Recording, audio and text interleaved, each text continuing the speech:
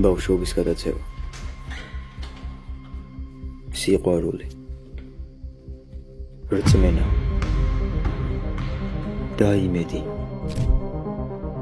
რომელმაც ეს სპორტი ჩემი ცხოვრების სამუდამო მეგზური იქცია.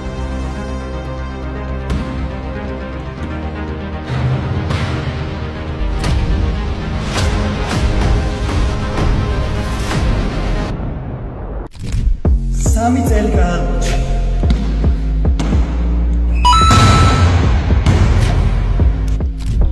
ათეულობით ნაკრებს თამაშობ, თუმცა მოედანზე არცერთ. სუპერლიგის დიდი გულშემატკივარი. შესაძლოა გამოგზავნოთ ორატორი, რომელიც შინ თუ გასვაძებს სულ გუნდთან ერთად.